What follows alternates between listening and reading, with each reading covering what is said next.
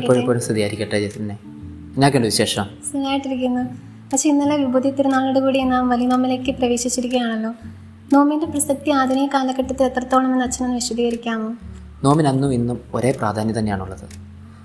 ഈ നോമ്പ് എന്നതുകൊണ്ട് നാം ഉദ്ദേശിക്കുന്നത് എപ്പോഴും കേവലം മത്സ്യമാംസാദികൾ ഉപേക്ഷിക്കുകയും പ്രായശ്ചിത്ത പ്രവൃത്തികൾ ചെയ്യുകയും ചെയ്യുക എന്നാണ്. ഇതെല്ലാം നമുക്ക് ആവശ്യമായിട്ടുള്ള കാര്യം തന്നെയാണ്. ഇതോടൊപ്പം തന്നെ നമ്മുടെ എല്ലാവരുടെയും ജീവിതത്തിലുള്ള ഒരു ആന്തരിക പരിവർത്തനം കൂടി നമുക്കുണ്ടാവണം. അപ്പോഴാണ് ഈ നോമ്പ് ഏറെ ഫലദായകമായിട്ട് തീരുവാനായിട്ട് സാധിക്കുന്നത്. ഈ മാംസാദികളെല്ലാം ഉപേക്ഷിക്കുന്നു, അതോടൊപ്പം തന്നെ പ്രായശ്ചിത്ത പ്രവൃത്തികൾ ചെയ്യുന്നു. നമ്മിലുള്ള ചെറിയ തഴക്കദോഷങ്ങൾ അല്ലെങ്കിൽ നമ്മിലുള്ള മാറ്റപ്പെടേണ്ടതായിട്ടുള്ള ചില കാര്യങ്ങൾ നമുക്ക് ആത്മശോധന വഴി എല്ലായിട്ടും നമുക്കറിയാം. ആ കാര്യങ്ങൾ നമ്മൾ മാറ്റുവാനായിട്ട് ശ്രമിക്കുമ്പോൾ അതുവഴിയായിട്ടൊരു ആന്തരിക പരിവർത്തനം നമുക്കുണ്ടാവുക എന്നുള്ളതാണ് ഈ ആധുനിക കാലഘട്ടത്തിൽ ഈ നോമ്പ് വഴിയായിട്ട് നമുക്കുണ്ടാവേണ്ട ഏറ്റവും വലിയൊരു കാര്യം.